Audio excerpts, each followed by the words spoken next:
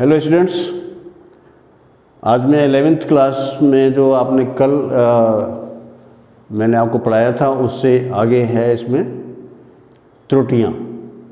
त्रुटि किसे कहते हैं? क्लास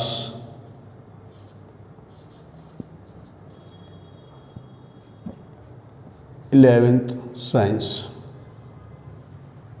चैप्टर 2 ही चल रहा है आपका जो ही। तो त्रुटि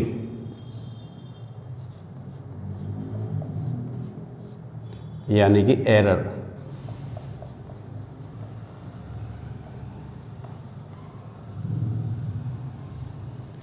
जब हम मेजरमेंट करते हैं तो हमारे पास कोई ना कोई इंस्ट्रूमेंट होता है, उसके द्वारा हम मेजरमेंट करते हैं। तो मेजरमेंट करते समय हम ये देखते हैं कि वस्तु की लंबाई चौड़ाई या उसका द्रव्यमान क्या है उसका तो हम मेजरमेंट करते हैं। उस समय जो कुछ भी हमें प्रेक्षण प्राप्त होते हैं वो उसके मानक वैल्यू से या तो उसके बराबर होते हैं या फिर उससे कम होते हैं या फिर उससे ज़्यादा होते हैं।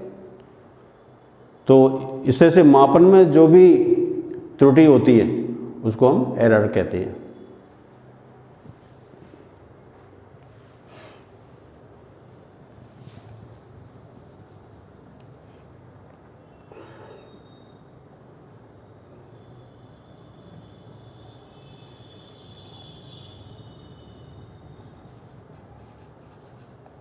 मापन में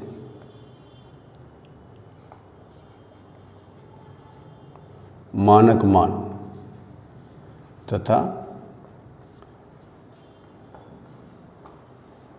प्रेक्षित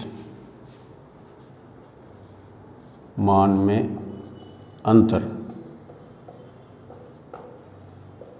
को त्रुटि कहते हैं। प्रेक्षित कौन सा मान है? जो हम प्रेक्षण ले रहे हैं। मानक मान कौन सा है? जो पहले से हमें दिया गया है कि भाई इसका मान इतना आना चाहिए।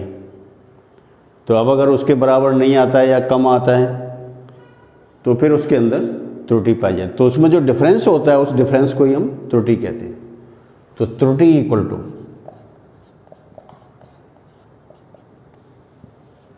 प्रेक्षित मान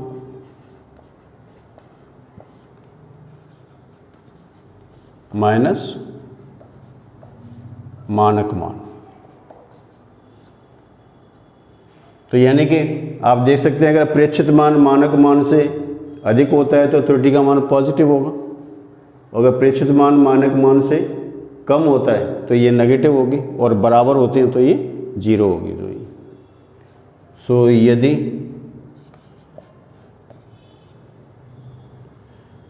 प्रेक्षित मान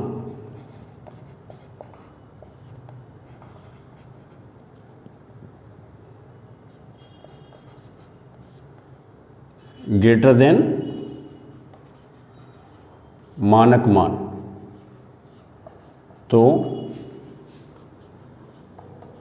त्रुटि इक्वल टू पॉजिटिव धनात्मक। और यदि प्रेक्षित मान लेस देन मानक मान तो त्रुटि इक्वल टू नेगेटिव।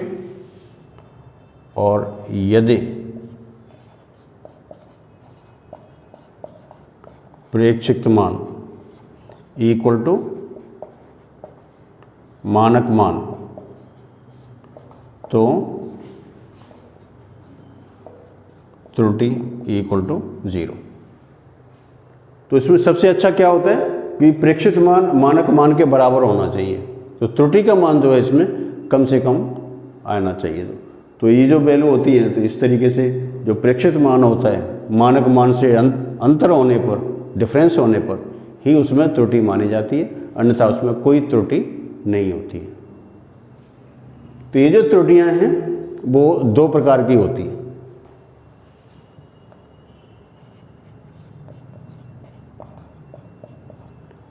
त्रुटियों के प्रकार। तो ये दो हैं, नंबर 1 क्रमबद्ध त्रुटि और number 2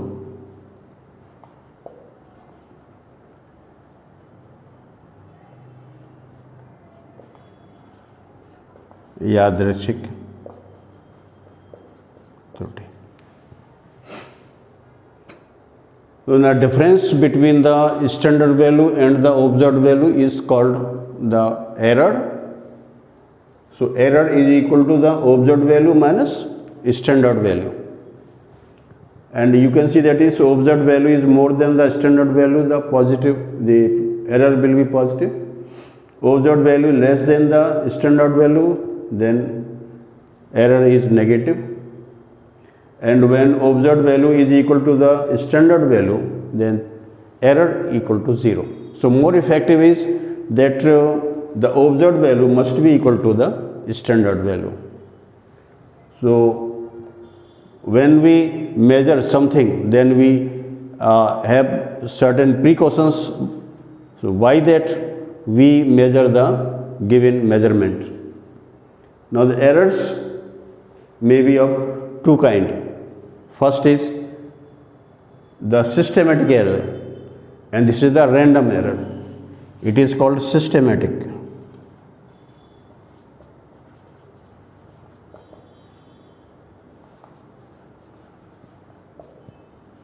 And this is called random error.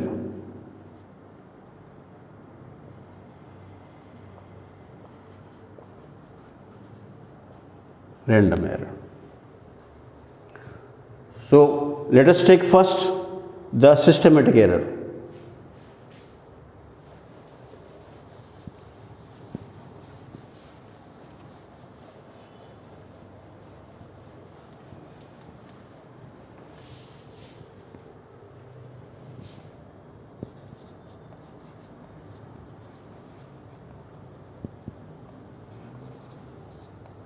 क्रमबद्ध त्रुटि, systematic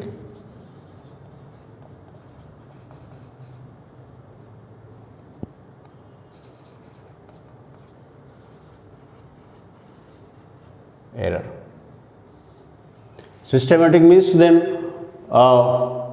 when the errors is produced one after another, that is called the systematic error. यानी क्रमबद्ध तरीके से अगर त्रुटि होती है तो इसको हम क्रमबद्ध त्रुटि कहते हैं।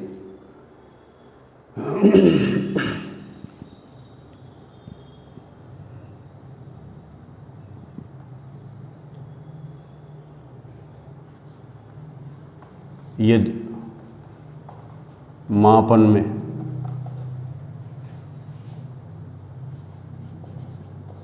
एक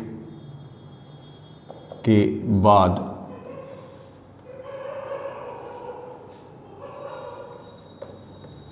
दूसरी त्रुटियां क्रमानुसार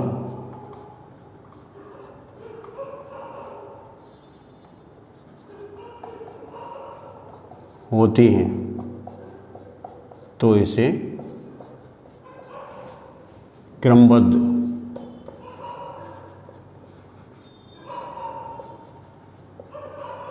त्रुटि कहते हैं। एक के बाद एक सिस्टेमेटिकली तरीके से त्रुटि आती है तो ये सिस्टेमेटिक त्रुटि कहलाती है। तो ये त्रुटि भी 3 प्रकार की होती है।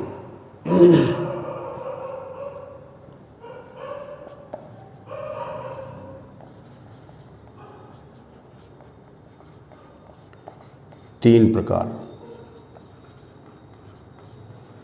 की होती है। पहला है यांत्रिक त्रुटि,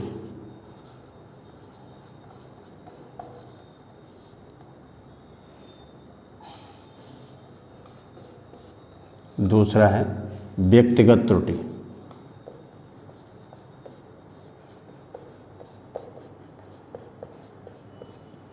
और तीसरा है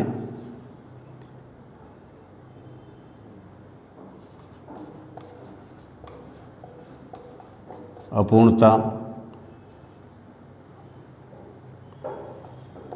के कारण त्रुटि। ये 3 प्रकार की त्रुटि है। तो हम पहले इसमें एक एक करके लेवें इसके अंदर कि यांत्रिक त्रुटि क्या होती है।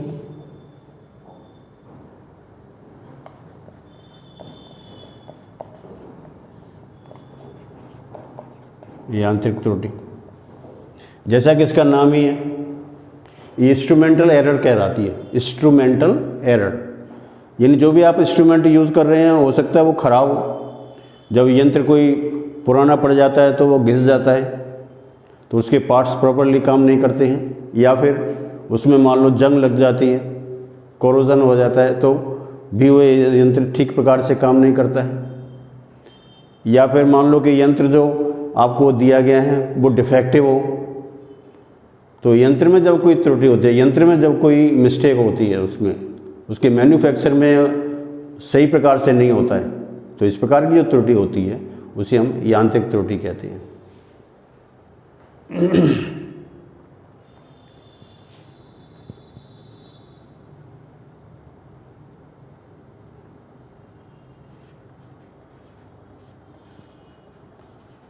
जब मापन के लिए प्रयुक्त उपकरण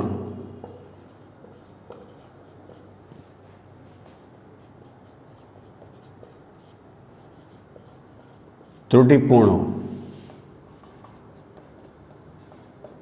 तो इसे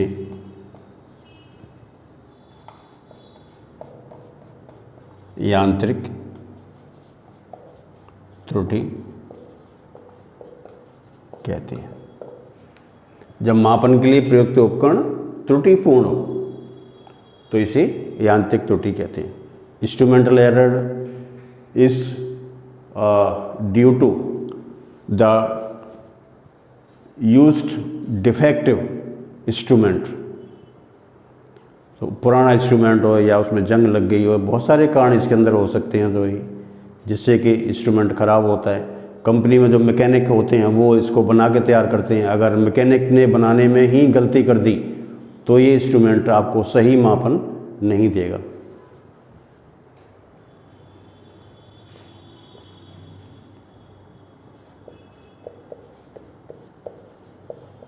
त्रुटिपूर्ण यंत्र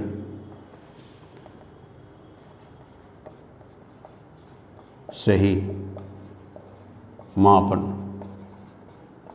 नहीं देते हैं।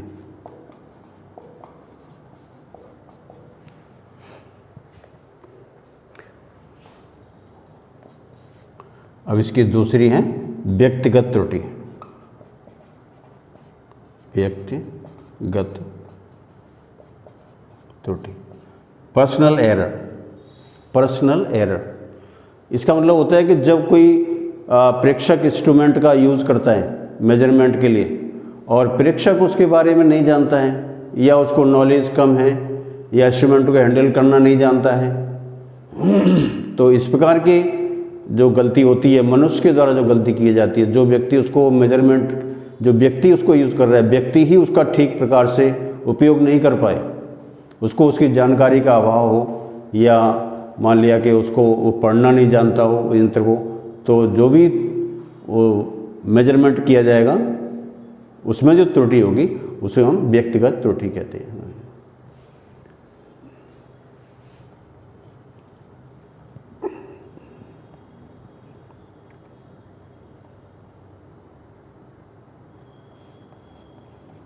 जब प्रेक्षक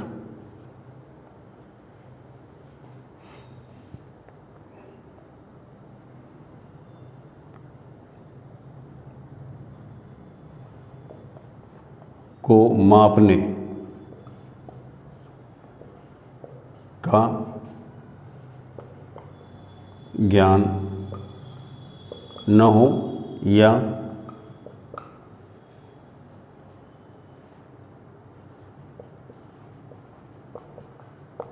मापन में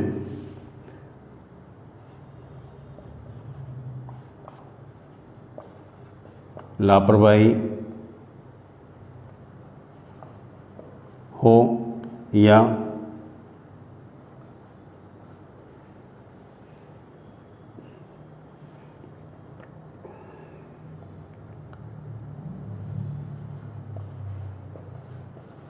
उपकरण को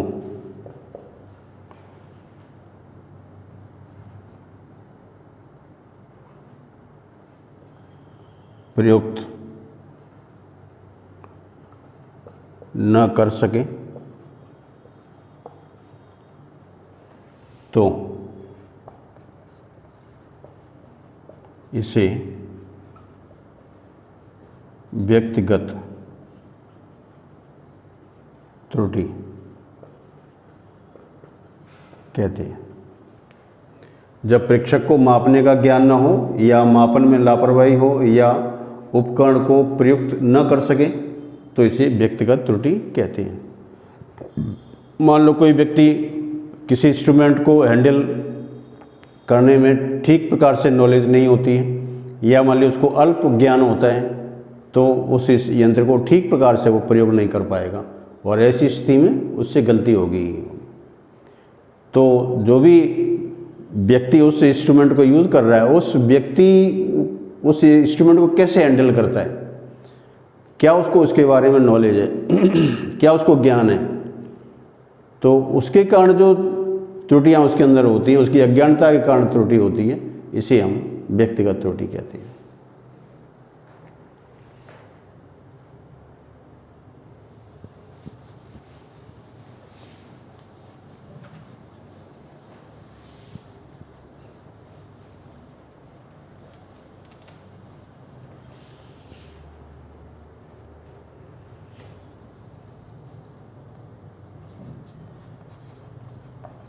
प्रेक्षक की अज्ञानता के कारण त्रुटि व्यक्तिगत त्रुटि कहलाती है। प्रेक्षक की अज्ञानता के कारण lack of knowledge of the observer is called the personal error.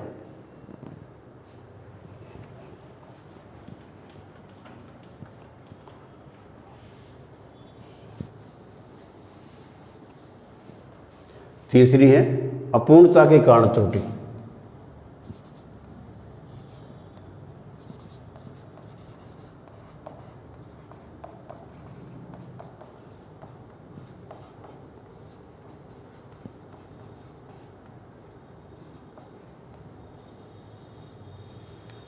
Error due to imperfection.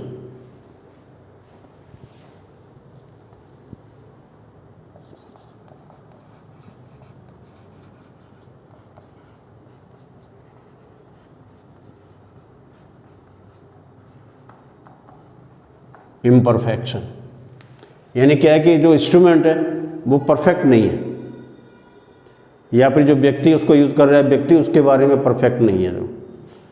तो क्या होता है कि बहुत सारे इंस्ट्रूमेंट ऐसे होते हैं जो कि बाह्य कारकों से प्रभावित होते हैं, जैसे वायु, ताप, दाब, आर्द्रता, स्थान।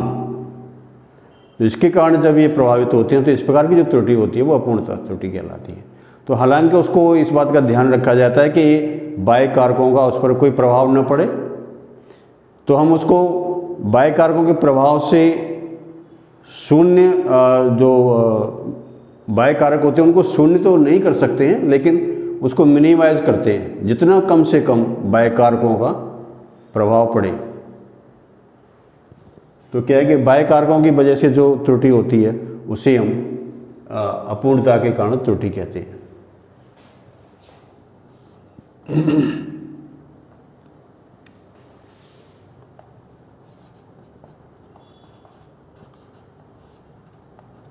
बाह्य कारकों, तो बाह्य कारक कौन कौन से होते हैं, जैसे वायु, ताप, आर्द्रता, दाब आदि। बाह्य कारकों के कारण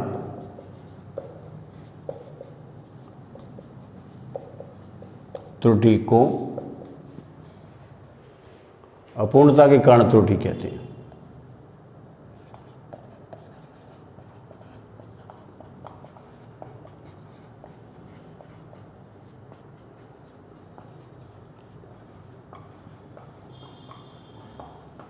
यानी कि ये ऐसे कारक हैं जिनको पूरी तरह से रिमूव नहीं कर सकते। जो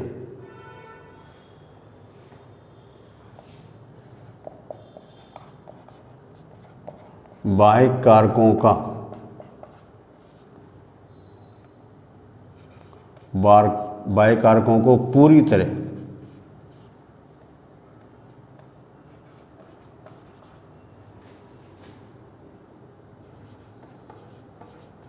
शून्य नहीं किया जा सकता है।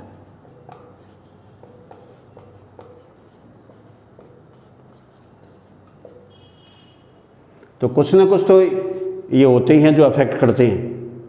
तो इसके कारण जो त्रुटि पाई जाती है उसको हम अपूर्णता के कारण, यानी ये यंत्र जो होता है या यंत्र जो होता है वो पूर्णतः परफेक्ट नहीं होता है। तो परफेक्टनेस में जो कमी होती है उसी को हम इम्परफेक्शन कहते हैं, अपूर्णता कहते हैं उसको। तो यानी पूर्ण नहीं कर पाए हम, उसकी त्रुटि को पूरी तरीके से दूर नहीं, उसमें जो बाह्य कारक हैं उसको पूरी तरह से उसको दूर नहीं कर पाए, या उनका प्रभाव हमने उस पर शून्य नहीं कर पाए, तो यंत्र में कहीं ना कहीं उसमें त्रुटि रहेगी। तो ये जो कारक होते हैं वो इसको अफेक्ट करते हैं, इसे कहते हैं अपूर्णता के कारण त्रुटि।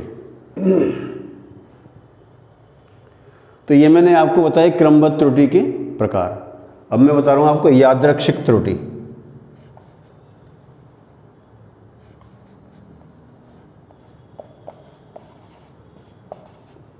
यादृच्छिक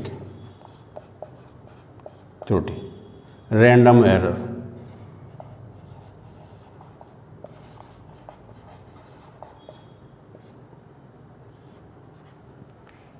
तो रैंडम एरर क्या है कि ये जब हम इंस्ट्रूमेंट यूज़ करते हैं तो उसमें सावधानी रखते हैं पूरी तरीके से कि भाई यंत्र को सही प्रकार से यूज़ किया जाए और सही प्रकार से उसको पढ़ा जाए, लेकिन फिर भी उसमें किसी न किसी वजह से, किसी न किसी बाह्य कारक की वजह से या किसी न किसी बाहरी डिस्टर्बेंस की वजह से जब उसमें त्रुटि होती है तो ये यादृच्छिक त्रुटि कहलाती है। जो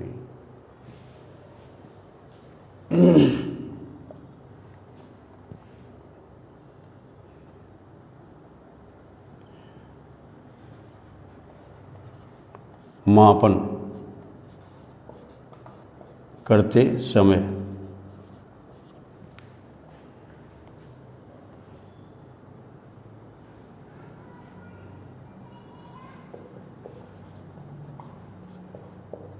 बाह्य कारकों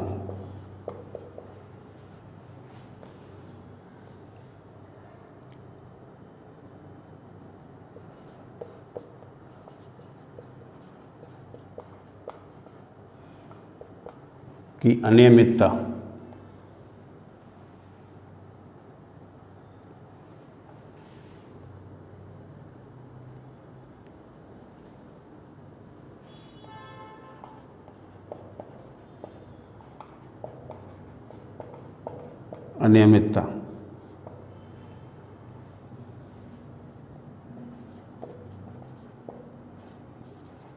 के कारण त्रुटि को यादृच्छिक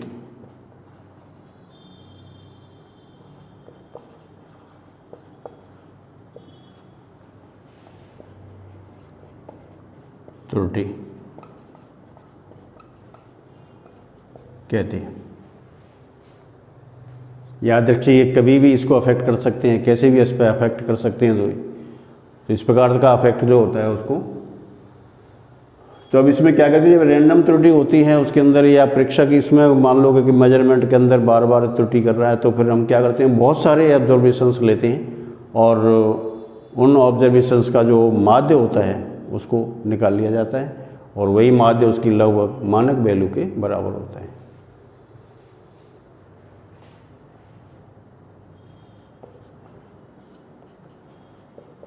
इस त्रुटि को दूर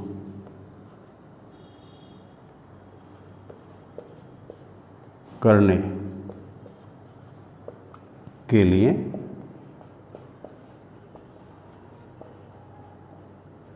प्रेक्षक द्वारा अनेक प्रेक्षण लिए जाते हैं, जिनका औसत मान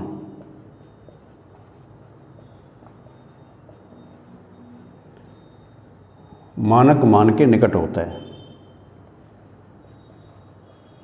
मानक मान के निकट होता है।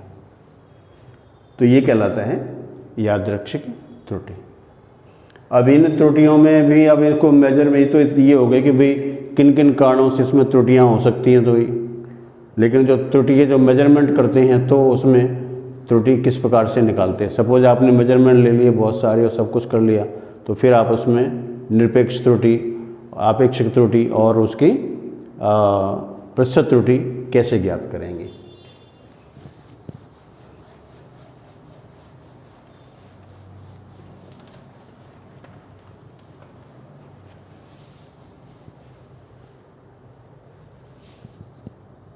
निरपेक्ष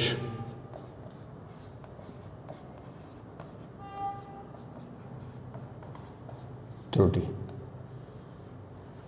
निरपेक्ष त्रुटि के लिए हम इसमें क्या करें, माना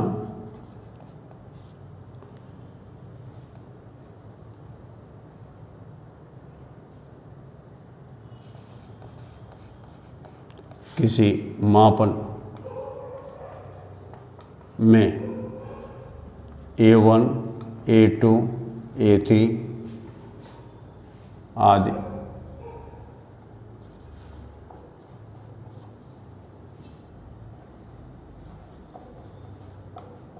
प्रेक्षण लिए जाते हैं।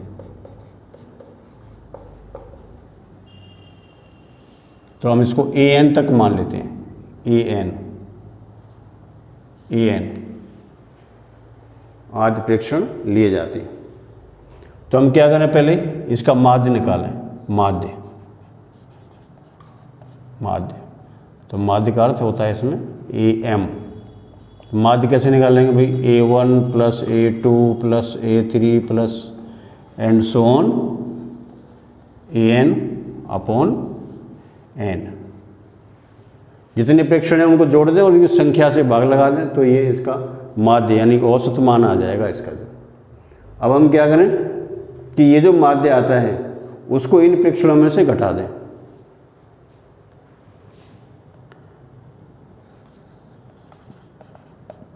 माध्य AM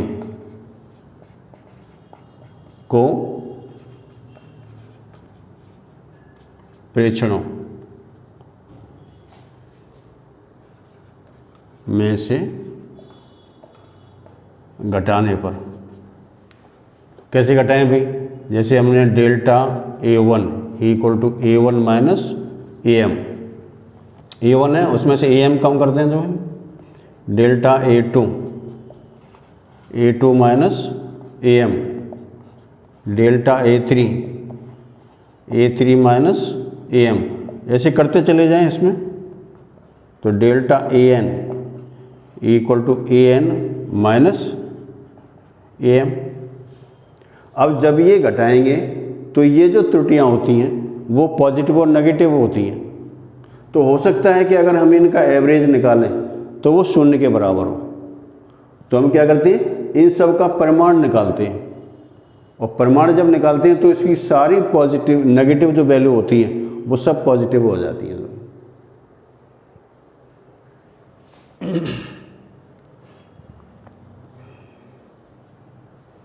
तो अब हम इसमें क्या करें,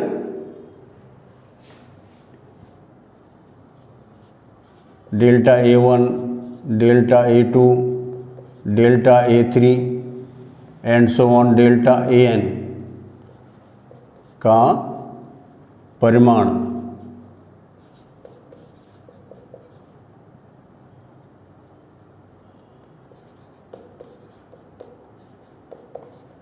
लेने पर इनके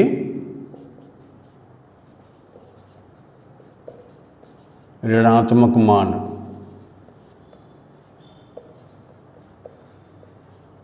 धनात्मक हो जाते हैं।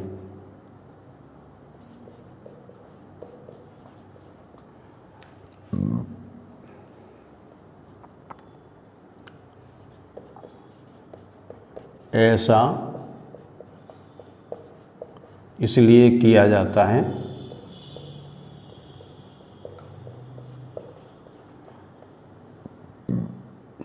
क्योंकि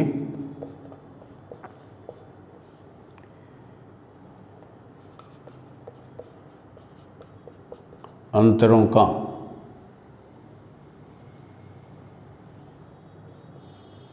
डेल्टा A1, डेल्टा A2 आदि के ऋणात्मक मानों के कारण औसत मान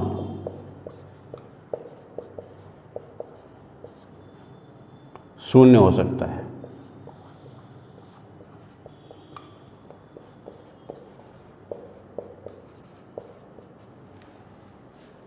इनके परिमाण लेने पर इनके ऋणात्मक मान धनात्मक हो जाते हैं। ऐसा इसलिए किया जाता है क्योंकि डेल्टा A1, डेल्टा A2 आदि के ऋणात्मक मानों के कारण औसत मान शून्य, इनका औसत मान जो होता है वो शून्य हो सकता है।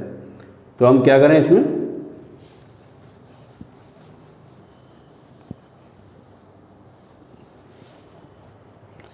तो निरपेक्ष त्रुटि, इसी को हम निरपेक्ष त्रुटि कहते हैं। निरपेक्ष त्रुटि इक्वल टू डेल्टा A1। एक परिमाण के लिए दो लाइनें ड्रॉ करते हैं, एक आगे की तरफ और एक पीछे की तरफ, और बीच में राशि लिख देते हैं तो ये पॉजिटिव हो जाती है, plus delta A2 plus delta A3 plus and so on करते जाएं डेल्टा AN, और इन सब का माध्य निकाल लें तो n से भाग दे दें तो ये कहलाता है आपका डेल्टा AM। तो डेल्टा AM होता है, इसी को हम निरपेक्ष त्रुटि कहते हैं। तो ये अब मान लो आपेक्षिक त्रुटि निकालनी है,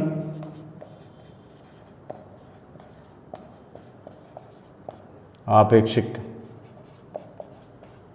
त्रुटि, रिलेटिव एरर। तो क्या कहते हैं, निरपेक्ष त्रुटि जो होती है, या ये जो होता है निरपेक्ष त्रुटि में इसका माध्य का भाग लगा देती है।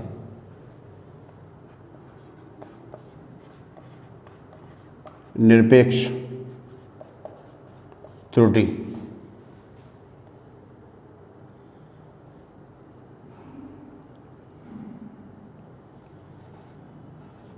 तथा माध्य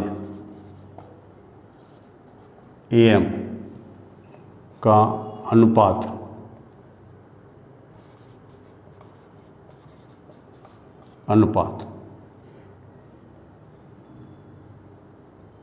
आपेक्षिक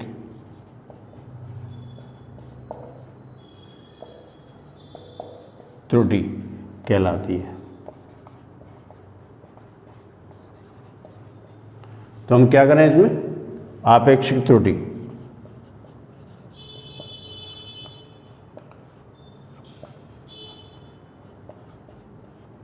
equal to delta AM upon EM, जो माध्य हमने शुरुआत में निकाला था वो माध्य, और यहाँ पर जो निरपेक्ष त्रुटि निकाली है ये इसमें भाग लगा दें तो ये जो कहलाएगी वो आपेक्षिक त्रुटि कहलाएगी।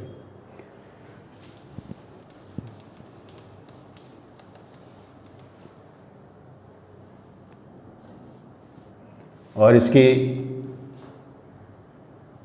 दूसरी प्रतिशत त्रुटि, प्रतिशत। तो प्रतिशत त्रुटि के लिए क्या करें कि भाई जो आपने आपेक्षिक त्रुटि निकाली है उसमें 100 का गुणा कर देंगे। तो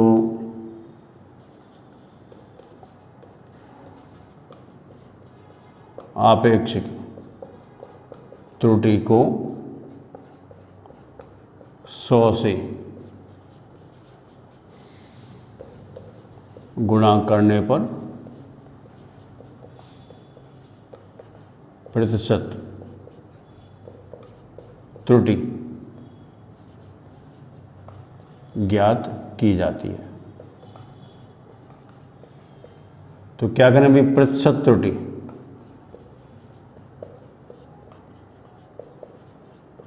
इक्वल टू आपेक्षिक